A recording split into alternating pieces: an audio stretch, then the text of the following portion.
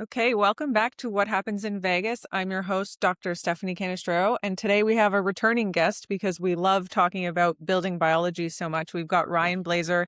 He's the most knowledgeable person I know about all things home, mold, EMF, all of those things that make you safer in your own space. So thanks so much for being back here. Yeah, you bet. Thanks for having me back on. So this was prompted because you helped me as usual in a crisis situation when I'm here in Dominican. I come for like 2 months and we rented the same villa because I thought it was safe because people who listen know I have gone through all of these chronic long COVID, Lyme, all of the chronic inflammatory kind of syndrome. And I was doing so well, and then I get to the same villa that I think is safe, and I just see the whole wall is bubbled, and I called you immediately and I was like, what do I do in this situation? And I'm just going to preface it by saying, they're not scared of mold here. They didn't even believe there was going to be mold, and they don't seal anything off. They just peeled off the wall, and I came home from a workout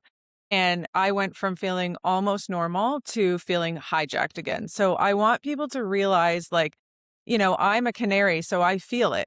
But I saw this guy who thinks it wasn't mold, who was working with the mold the next day, and his face was severely puffy, and I just think people don't really realize. So, you know, I called you right when I saw it, and you're like, don't go in there. And I still tried to stay there and ruined my whole week. But anyways, so tell me what you told me. When they peel that off and it's not sealed, what happens to the air around there? What happens to all the furniture? What happens to everything? Yeah, I like to relate it like a hornet's nest because I think that's easy to visualize what's going on. The mold there undisturbed. We have hornets flying in and out. It's not good. But when we go disturb the hive, so to speak, or we go disturb the mold, the hornets go crazy. They go all over Uh-huh. the place. And so if we're going to disturb mold or mess with mold, we've got to set up a little containment zone around it. So that would be like a plastic, a wall with some HEPA filters or some negative air pressure in there so that when you go disturb everything, it's all captured in that environment. And then we have the HEPA filters running, the air scrubbers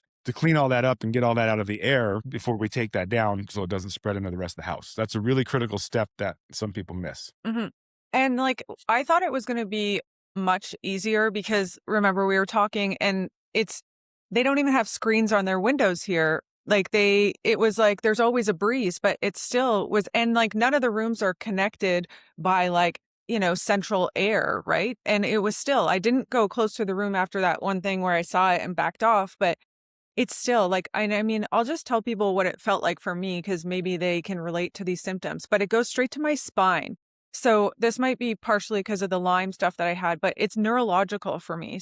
Twitching, severe anxiety, like twitching of my muscles. I like this pulling in my spine, like almost like meningitis like feeling. And I actually get like a dent at the top of my head. My hands go buzzy. My stomach, in the pit of my stomach, I have this anxious feeling like something terrible is happening, but I'm just sitting there outside trying to work. So I didn't even stay inside. I left the next day, and then I had to work back all of these symptoms. And it easy for me because I had a lot of tools here, and I'm going to tell people what I did to kind of help me get back from it. But, just can you speak to that? Like even sensitive people. And what is it? You said the hornets are released. It's like the spores and the mycotoxins, like when you're Yep. talking about the hornets. Yeah. Yep. Think about another visual, leaves on the tree. So the tree, if you were to zoom in on a mold colony, it would look just like a forest, almost identical. You'd have the trunk growing into the ground, and then you'd have the stems and the leaves that come out off of the trees. And so the leaves are like the mold spores. So in the Mhm. fall, when the mold spores come off the trees and float through the air, that's the same exact thing that's happening with mold. Same visualization, just at a much smaller scale. And then they have mycotoxins that are being produced. That's a little bit different. That's almost like mold farts. When mold is eating the food or eating whatever it's on and digesting the food and releasing those gases, that's also MVOCs. Mycotoxins are a little bit different because they're more poisonous. Mhm. So a couple different things going on. The mold VOCs, the mycotoxins, and the mold spores. All of those we can breathe them in and they can affect us. But the mycotoxins are really the thing that affects people the most. That's the most poisonous. So, and then also it affected my hormones because there's some of these MVOCs that are estrogenic, or, so I mean, immediately. And it's almost like, I don't know, my body like really shows things right away and then I learn from it. But like the immediateness of it for me was just, it was shocking. Yeah. So I used binders like crazy right away. Inhaled, actually, luckily enough, I had exosomes with me that calmed down all of my neurological because it inflamed my brain, and that's the symptoms I was feeling. Not everyone can just reach for inhalable exosomes. I just happened to bring them because I knew how much they helped me. But and then I took some like natural antifungals that I had in case I got exposed to the actual spores. I don't want anything to colonize inside me. I sprayed my nose with propolis. I actually brought my little propolis machine and I was inhaling propolis, right? So I was just, mopping it up as fast as I could, but a lot of people don't know to do that or can't read their symptoms and, or it's hidden. It's not so obvious. So, that's kind of why I wanted to come on here and talk about it. But as far as like, now say that room, they wanted me to go back in. They said we've cleaned it. Like they didn't move the bed once they had released the spores. Like the mattress was just sitting there. Like they hadn't covered anything. Like, would that ever be a safe place for someone like me? Like as far as Definitely not for someone like you because your body's already on red alert because you've already been through this. So it doesn't take much to set you off. The average person that hasn't had a mold exposure or sears or anything chronic like that, or, Mhm. suffering from cancer can take a lot more. Their bodies can detox more. It doesn't mean Yeah. it's not healthy for them. It just means their body can fight it off a little bit better. When that's definitely, with the bed there and they're doing the work and the couch and all that, that's definitely not good. And nobody really should be exposed to that. You definitely want to take some measures to clean all that up really good. But yeah, everybody's going to react differently just based on where their body's at. And what measures, like, is that like when you're fogging something and then you have to clean them out, burn them off in the sun? Like, how could you, if you had a couch, this was your house, you realize you had mold for all this time, you don't have money to buy all new furniture. What, like, realistically can you do to lower that? Yeah, you mentioned some put it out in the sun. What that does is the sun has UV rays coming down. That's a strong oxidizer. That's why if you leave something out in the sun, like some plastic, over time it fades, right? Mhm, mhm, Because it's oxidizing it. Well, that oxidation breaks down the cell wall of the mold or bacteria or anything that's in there. But what it doesn't do is it doesn't get rid of it. It will just kind of sterilize it and break it down, but it doesn't get rid of it. So for that, beat on it really good or do a really good steam clean on it mhm, and pull all those materials out of there and make sure you dry it really, really good. mhm. But that's really what you can do if you want to keep the furniture. And then for someone sensitive, it's probably just best to get a new one Yeah, that's for not people that are sensitive, sprayed. it's really hard after an exposure to keep stuff like that, the porous material. Even like Yeah. books, papers, things like that, it's really tough for people. Yeah, so then I had the thing because my clothes were hanging in the other closet, but they were still hanging and obviously, like, it was getting through the air. There was also, like, a big spot of mold in the hallway that I didn't even know that they were gonna peel off, so, that's probably getting in there. So once I got to the next place, like, I'm here, I'm in Dominican, so there's not like I can go buy a whole new wardrobe kind of thing. So, but even just handling the clothes for me, I started to get some of my heart speeding up symptoms when I was washing them. So I washed them in really high heat with vinegar and with borax, and a little bit of vanilla because I had read like they have vanilla here a lot. So anyway, do you think that's enough to get it off your clothes? Yeah, so there was a study that was done, a college did it for clothing that was in an exposed room. Now, it didn't have mold growing on it. That's different. If Yeah, you no, have mold actually growing on the clothes, you gotta throw them throw them. away no Yeah, matter yeah, yeah. what. You're not getting that out of there. Mhm. But if it was in a room that had mold growth and we're just dealing with the exposure, it showed a 95% reduction of mold spores on the clothing after 2 heavy duty loads in the Okay, washing so machine. 2 times, and I did wash them 2 times as well, and I mean, judging by my symptoms, I've been feeling much better in the new place and, but Yeah. that was crazy. That study didn't address mycotoxins, though. It only addressed mold spores. And so I don't have a definitive answer on that. If it's more of the black mold, the more dangerous mycotoxins, typically people, especially sensitive people, can't even use it after going through the washing machine. Yeah. That's a I tough one. mean I mean, yeah, I wonder, like, we need that study done, but the so you saw a picture of mine, it was kinda grayish, but was that, like, I know you can't really tell maybe from a picture. The Sorry, my mold. phone. Yeah, sorry, my to interrupt me. Yeah, it is hard. I mean, there's thousands of different species of mold, and there's all different colors and all different types and Mhm. textures. But yeah, it is really kind of hard to tell. That's why it's good to take a swab sample and send it to the lab and see what kind of mold we're dealing with, because some mold is a lot more toxic than others. And let's say you've been exposed to aspergillus before and you've had a really bad aspergillus sickness. Aspergillus in the future, just a teeny tiny bit is going to be really bad for you. Will set you Yeah, off. it could have been that for sure. Cause and now, like, looking back, I had stayed in that villa. There was, like, a tiny bit you could see, but, like, nothing that bothered me. I thought I was fine in there, but, like, last year I got shingles, and I'm like and then I get exposed this year, and shingles come out in the same spot. So, Yeah. it was already attacking my immune system, and I did my mold urine test after last year, and I had really high Zen, like the I hate saying the whole words because 'cause I'm not really, the Z-E-N, Zenuron Uh huh. mycotoxin. So and that's really estrogenic, and then I had problems with my hormones, and now I'm like, "Okay, well, Yep. there we go. There was the exposure." So, I guess that's not from black mold, that's from Aspergillus, right? I can't remember right now. It's not from black mold. Yeah, I'm not sure which one that is specifically. Yeah.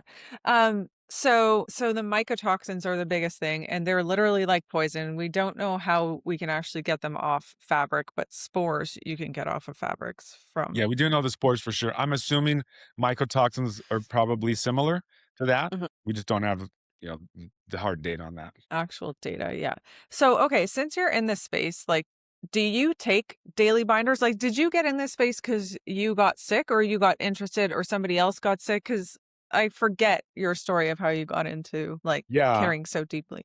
yeah, no, I got sick. Took 2 years out of my life, really sick, Yeah. to the point I thought I was dying. They couldn't figure it out. That's when I lost faith in Western medicine. They wanted to take my gallbladder out. They thought I had stomach cancer. They thought Yeah. there was something going on with my pancreas. Like, they just couldn't figure out. I finally went to a functional medicine doctor who did the full gamut of testing. Was like, "Oh, well, yeah, you have really high mycotoxins." Well, sure enough, I had just moved into a place that had roof leaks and it smelled old. It was an old house, and I'm like, "Oh, Mhm. this is an old house smell. This is normal." Like, "Oh yeah, we Mhm. got some roof leaks. What's the big deal? I'm in my late 20s.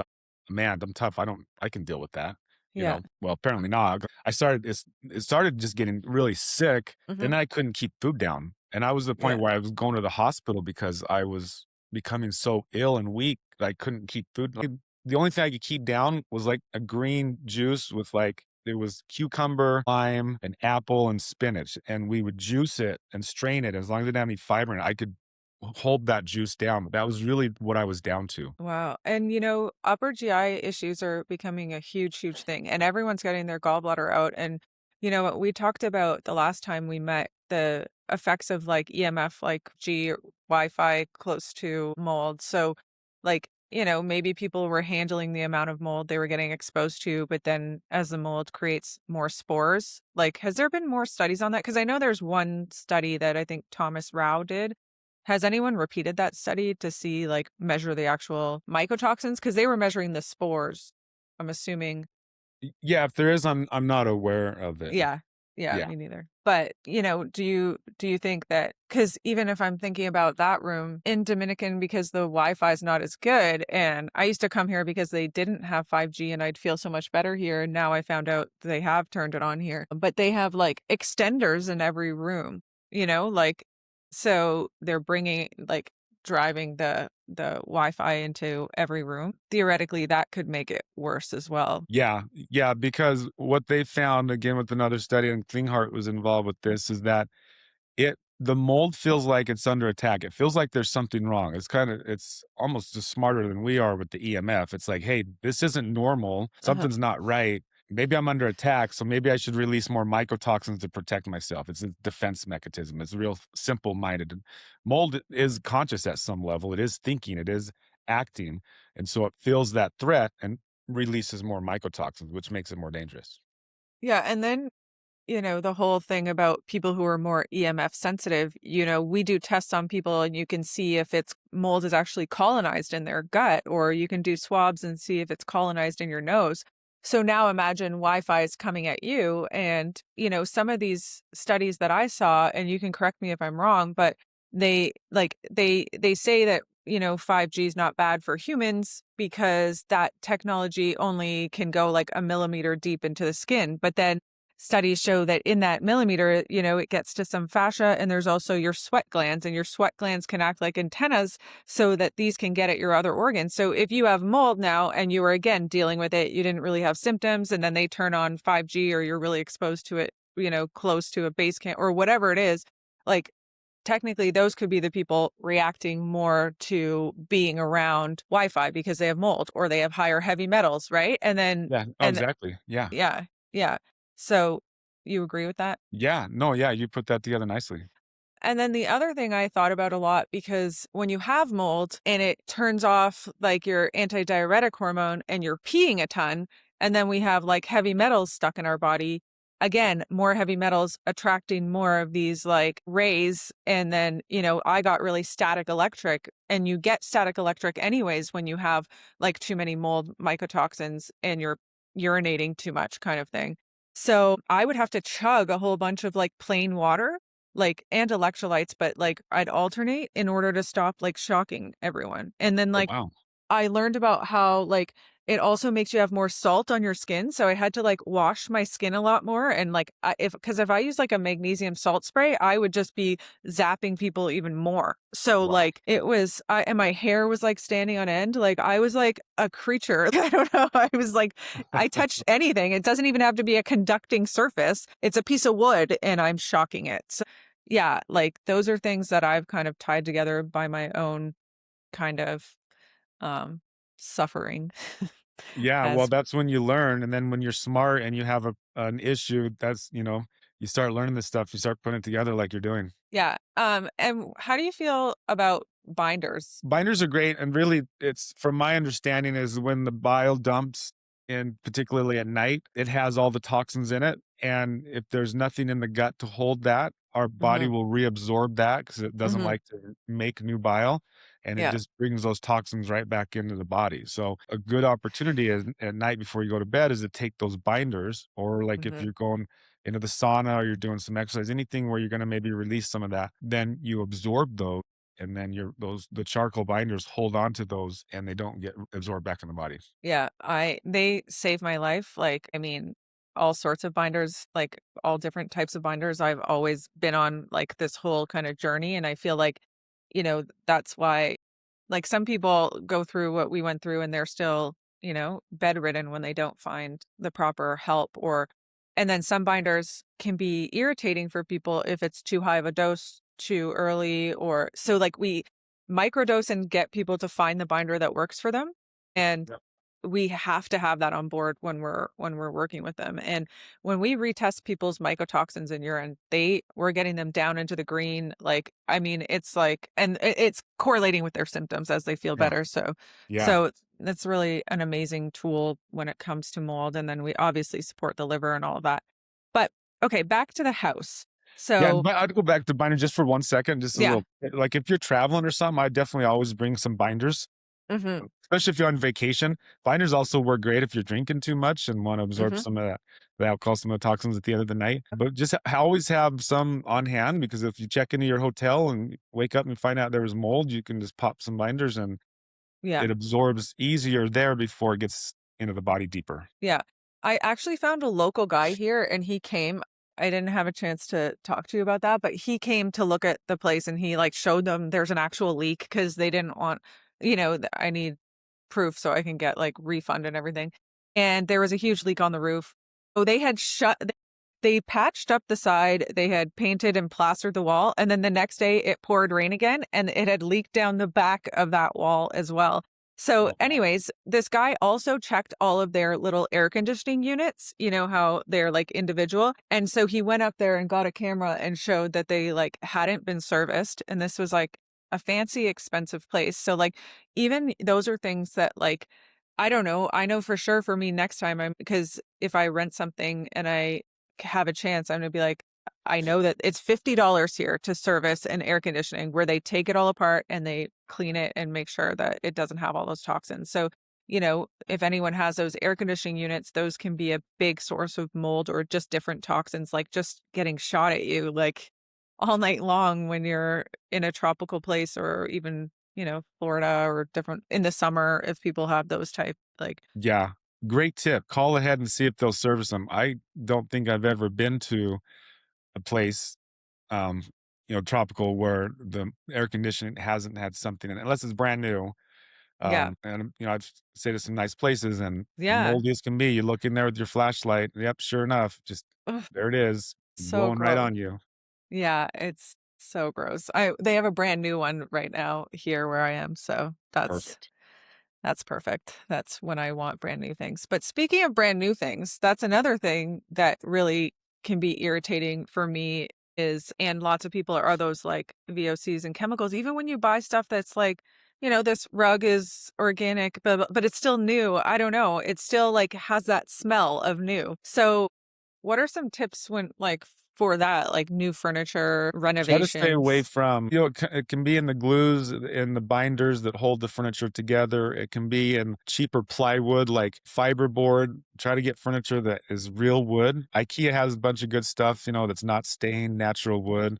You can go that route. Foams and fibers inside the cushion, that's going to off gas. The flame retardants that they're putting on the outside of Yeah. the material, that's a problem. Ask if you can get the furniture without the flame retardant. Sometimes that's hard to do. Sometimes, like higher end furniture, because there's a law you have to have the flame retardants on them for whatever dumb reason. But some people get around that by they put a kind of a temporary cover over the furniture and then they put the flame retardants on that. And then when you buy it and take it home, you can take that cover off. So it's Oh, kind okay. of a loophole away. Some companies get around it, but also the Scotch Guard, the stain resistant coatings on there. So if it's like, hey, this doesn't stain or this is stain resistant, those are the PFOAs and the forever chemicals. Mhm. So you kind of have all the things, the microplastics, the forever chemicals, the flame retardants, and then the glues, the binders, the VOC. So furniture can be one of the more toxic things in the house. So you just have to do your research, Mhm. know what you're looking for,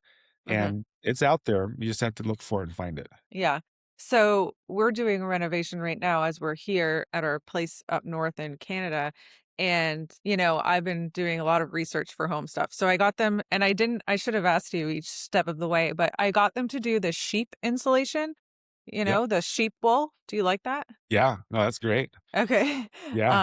What else did I do? I mean, I was trying to look for like the best thing for like hardwood floors, but then the more research I did, I thought tiles just off gas the least because you don't need glues, you don't need stains. So I ended up going like that route for the non-toxic tiles because I know some of them can even be a little toxic. Yeah. That was great. Good choice. Oh, I did all circadian lighting, like, so all of my pot lights are no LED and there's like a day setting, midday, evening settings for and then what else did I do? I mean, we have our water filters in there and then we have the water filter at the tap.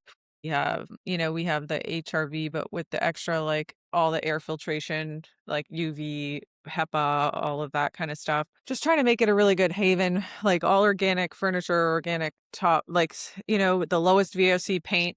My research was like Benjamin Moore in Canada, but I think they have it in the States too. But Yeah. I know there's their linoleum paints or whatever, but or linseed. What are those? Yeah, for the stains, there's linseed and hemp seed. Those are your 2 natural, most Yeah, common. I'm gonna do that we were doing the outside deck. But anyway, so that was me trying to do my low toxin home, and then we That got the sounds good, electrician yeah. hardwiring it as well. So yeah, gonna have my little haven at least for the summer because the winter's just I don't know. We talked about that too. Like you just feel so much healthier when you can get sunshine and ground and do all of those Yes. things. Yeah. Yeah, Yeah, I think people underestimate grounding. And yeah, earthing, connecting to earth. Because we are like an antenna, yeah. especially we have heavy metals in our body.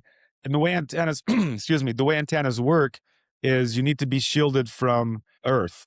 You need to be an insulator. So when you have your shoes on, or when you're in the house on a wood floor, you're in your car, your body's a lot more susceptible to anything that's in the airwaves, from the Schumann resonant frequency to all the EMF to there's cosmic rays that come down at us. Who knows? There's things that are hitting us all the time. Um, and then if we're grounded, we don't act like an antenna. The best Mhm, way to kill an antenna is to ground it.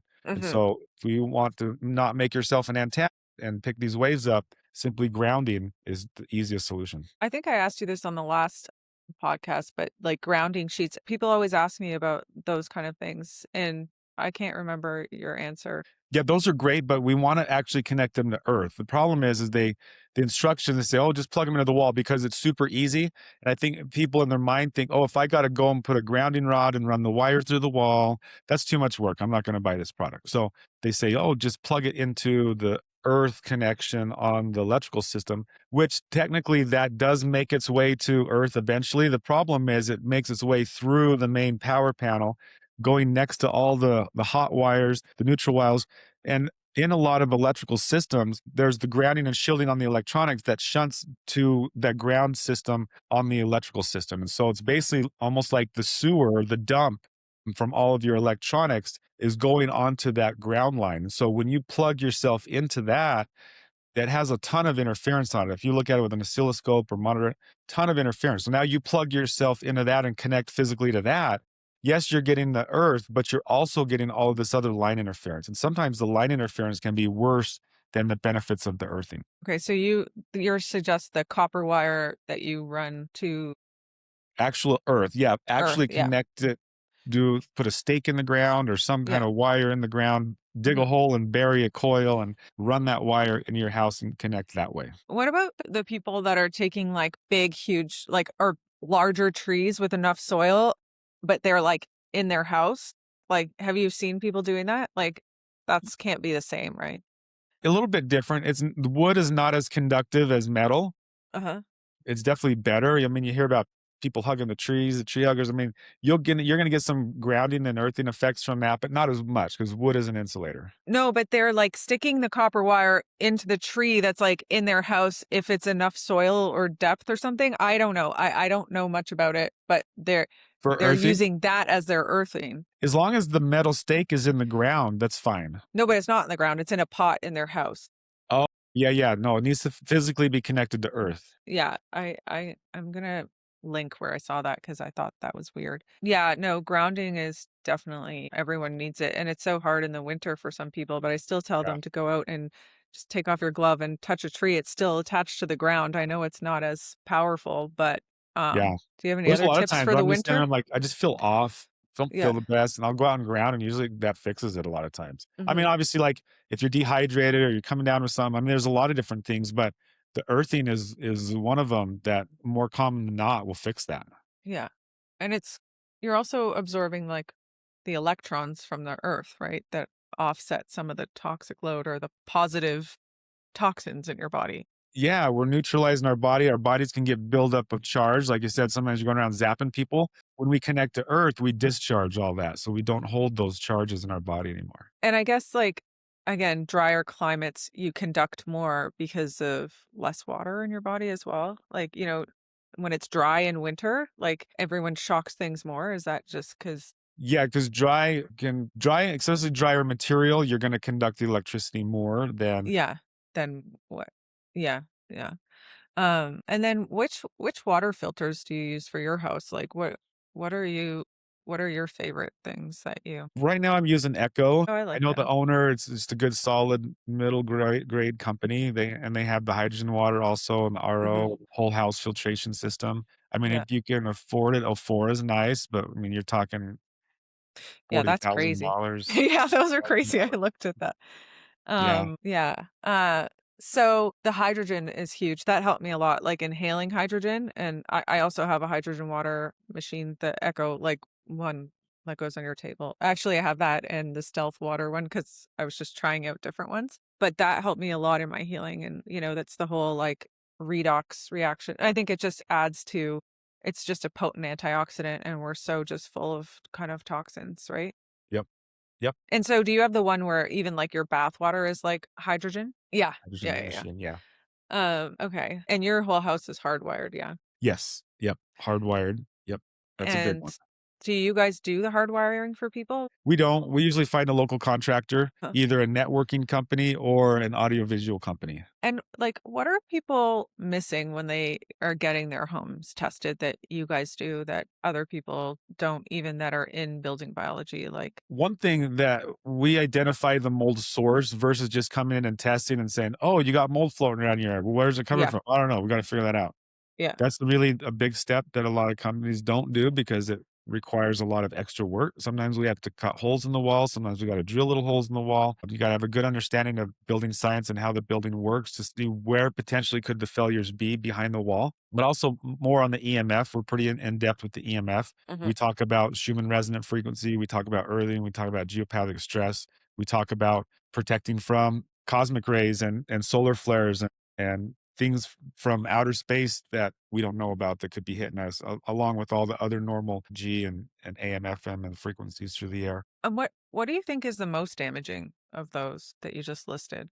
Or is it just a combo of Honestly, the more research I do and the more I experiment around myself, the Schumann resonant frequency has the biggest effect on the body because it vibrates, it resonates at 2.38 hertz, but it also has harmonics at 14 and 21 and 28 and 40 that also coincide with the different brainwave states of our body, the alpha Mm, and beta and theta, depend on whether we're sleeping or we're in meditative state or normal state or an active creative state. It just I don't think it's a coincidence that those frequencies line up and we can entrain with those. And there's actually some interesting studies I was reading that says that without those frequencies, our brains wouldn't function good. So when they send these people down in the submarines or up in space, they actually have to have Schumann resonant generators so that our brain entrains to that. Now, I believe that that can be manipulated. When we get solar flares and CMEs that hit the Earth, the Schumann resonant frequency vibrates, and we can also add frequencies to that. I think everybody's consciousness combines adds to that. I think we really underestimate yeah, I do what too. capabilities are of that. I do too. So look at the chaos of the last 6 years because Yeah.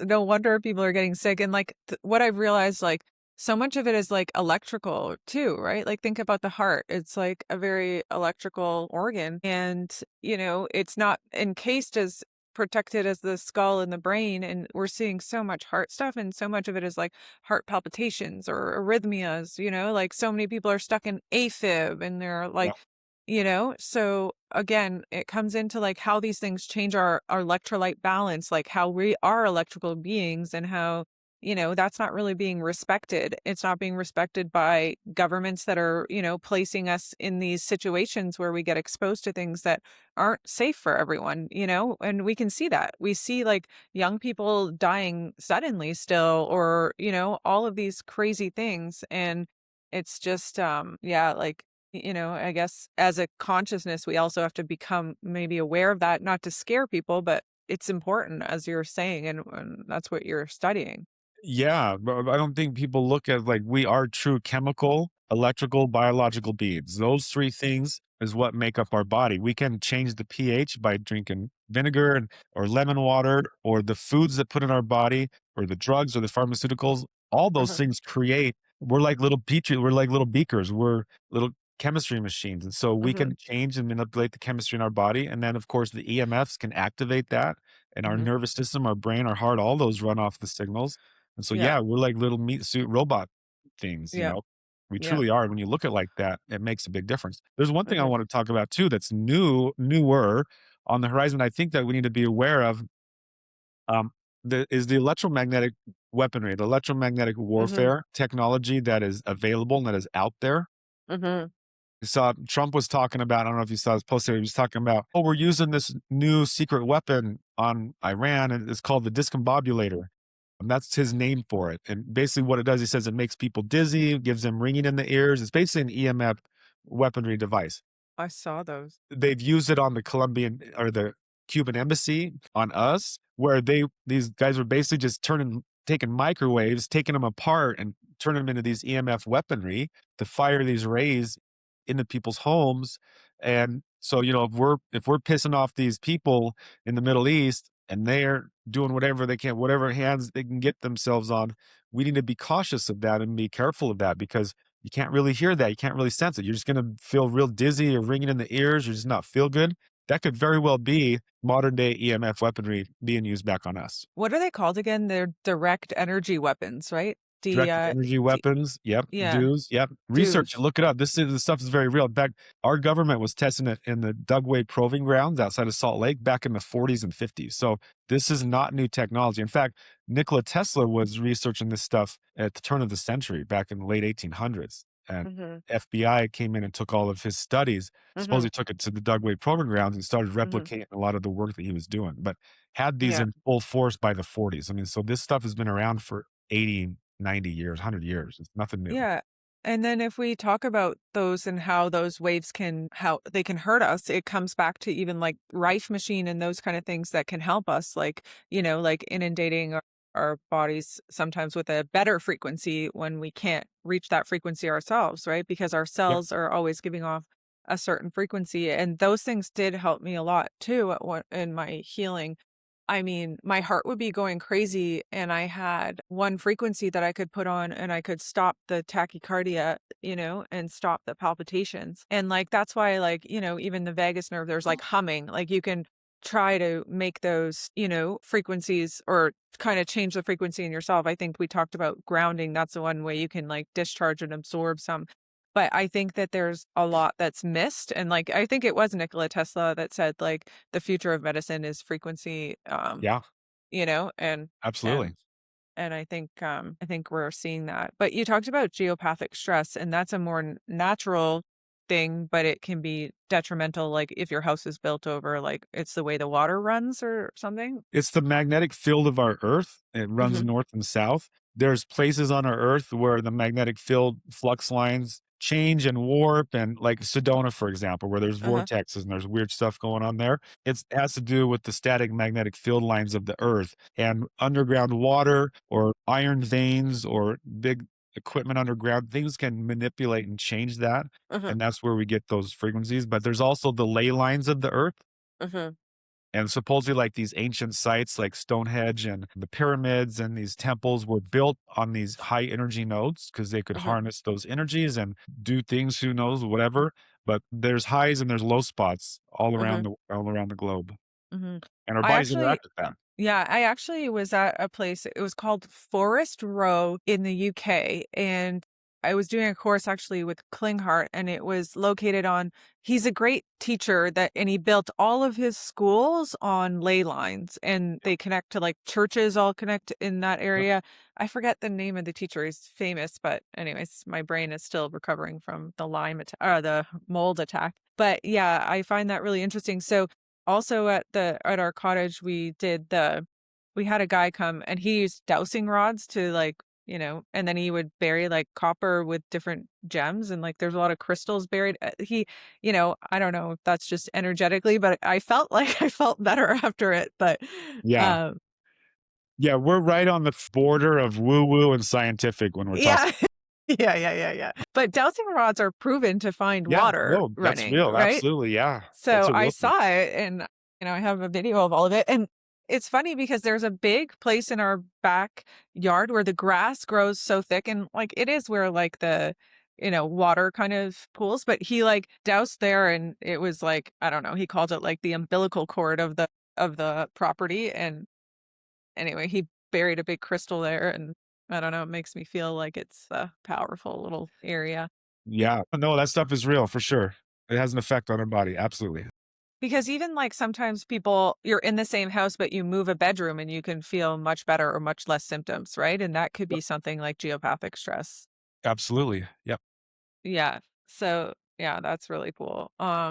So cosmic rays and solar flares, do you think they're happening more because 'cause we're toying around with stuff, or are we creating them with, like, weather modifiers and all of this stuff? Like, how does So that affect? supposedly it goes in these cycles, these 11-year cycles where it's high and where it's low. I think that maybe there's something even on a bigger scale, galactic wise, that maybe there's cycles in the galactic plane that Mhm. like simulate the sun. Maybe the sun gets more affected, more alive, and more energetic. Maybe we go through these galactic waves. They're called galactic sheets Uh-huh. and these energies. I'm sure there's these bigger things on a bigger scale that we don't even comprehend or understand, but Yeah. it's on a cycle. So it seems like it's being affected by something on a cycle. Okay.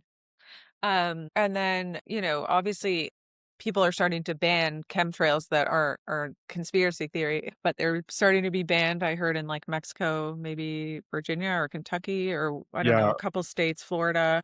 And it's crazy to me that people still think that's a conspiracy theory because you can literally look it up and Google it, weather modifications. It's funny. I have a pilot's license and I was in the was a little while back, but I was in the airport. We're waiting for someone. My plane was getting worked on, and there was the magazine there, and in the back was an ad to do chemtrail. Like, if you want to make extra money, you can strap it on your airplane. Oh, Like, I it's need a a very real photo thing. Like, then. you I know. can Google it and look it up. Pilots, cloud seeding, the Yeah. chemtrails. It's extremely real. Like, it's not. It's not Yeah, like but hidden. if you don't go in depth with your AI or Google search, it just tells you that's the first thing people look at, and it goes, "Oh, that's a conspiracy," or like, and people, that's the Yeah. only thing they read. But like, again, there's real data on it. They just came out with it on, I think it's on Amazon Prime. They have a documentary on it. And they Yeah. also just came out with a documentary on, like, plastics too, that's actually on Netflix, I'm pretty sure. So, Uh huh. people want this knowledge. People know that kids are sicker than ever. They're having weird symptoms. Some people are fine one day and they're like a mess the next. They finally admitted that, like, Lyme was a bioweapon. Of course, all of this gain of function studies that they did even with like COVID. Again, that's what turned everything back on for me. But I had already had Lyme in 2010, like really acute neuroborreliosis that was called multiple sclerosis at the time, which again, I didn't believe that. And I worked through like getting these infections out of my body. But, they are chronic and can stay there. And then I think the inflammation and whatever they did with COVID is really affecting people. And I think when that turns on and then you still have all of these toxins coming at you, like you can't handle them as well, right? So Sure. people, this is starting to turn on with other viruses too. Like that people are reaching their tipping points and, creating a safe space in your home is, one of the best things that you can do at a place where you spend the most time. If you can get to places where you can ground more in the winter. Like there's things that can help, but also like all the messaging that I'm seeing even on Instagram where it's just like all you have to do is regulate your nervous system. Well, good luck regulating your nervous system when all the things are going on that we're talking about, right? Like you need some help removing these things. You need some safe place that you're inundated with, especially if you have chronic symptoms. Yeah, yeah, your home is probably the one and only place that you have full control over, that you can change and create a safe space for you, and you really need that, especially at night when you're sleeping. Good sleep is so critical, and we really need to have focus on our homes and make those clean and healthy because the rest of the world is not, unfortunately. It's not at all. Anything else that you've been, like, researching or that's new that you're seeing is, like, affecting people either from their home or just in general? Yeah, I mean, just the biggest ones lately is, the how the solar flares affect us, how the Schumann resonant frequency affect us. Really double down on grounding Uh-huh. and, you know, making sure I'm recommending my clients do that, doing that myself and or my family. And I even noticed it with my kids and when they're feeling stressed, like just go out and ground for a little bit. It's crazy how much it regulates their system. It's just Mhm. amazing. Mhm. It's a really powerful tool that a lot of people aren't using. Time to go back to camping. Absolutely, yeah. As much time as we can spend outside, the better. Well, thank you so much for being here as usual. And are you still taking you guys are still like, which cities are you working in now for Test My So Home or we'll travel anywhere in North America, okay, but amazing. we're helping a lot of people remotely. We have the remote testing kit where we can send them out the equipment, and we're Oh, okay, helping a you lot have of that now. people with that. Yeah. And a lot of times just jumping on a Zoom call for an hour and doing a video walkthrough of your house and just making Mhm. sure we're dealing with the low hanging fruit. And again, if you're new to this, or that's really a good place to start. We can get that 80/20 rule. I mean, we can get a lot of stuff done just over a Zoom call. Now there's things like mold, identifying mold sources where we need to be there in person and some other things, but a lot of the stuff we can deal with over the phone. That's amazing. Yeah, so your test kit you can do you send the kit, people can, like, collect air in their home, maybe take some swabs Collect dust, that collect air, collect water, send that to the lab, and then it comes with some EMF testing equipment and some moisture meters and, like, carbon monoxide sensors and air quality sensor, all kinds of fun stuff. that's amazing. So it gets mailed to them, they do the collections, they send it back. No, you actually get to keep the equipment. You do? Yeah, you get to keep it. Yeah, that's what's cool about it. We teach you how to use it, so you become little mini billion biologists. Oh, I'm gonna do that. But do you still ship to Canada? We're having such problems now with all of these. There's so much rules for We can, it just takes a little longer and it's a little more expensive. yeah, okay. Well, I'm gonna get one from you. Well, thank you so much again. Honestly, always a pleasure. I'll put your email in the notes or your website, but do you want to say it where people can learn from you? Yeah, just Google Test My Home or Google Ryan Blaser. Both things come up. There's a lot of information out there. But yeah, just testmyhome.com. Okay. Thank you so much. And thanks You for bet. helping me this whole time. Of course. Yeah. Happy to.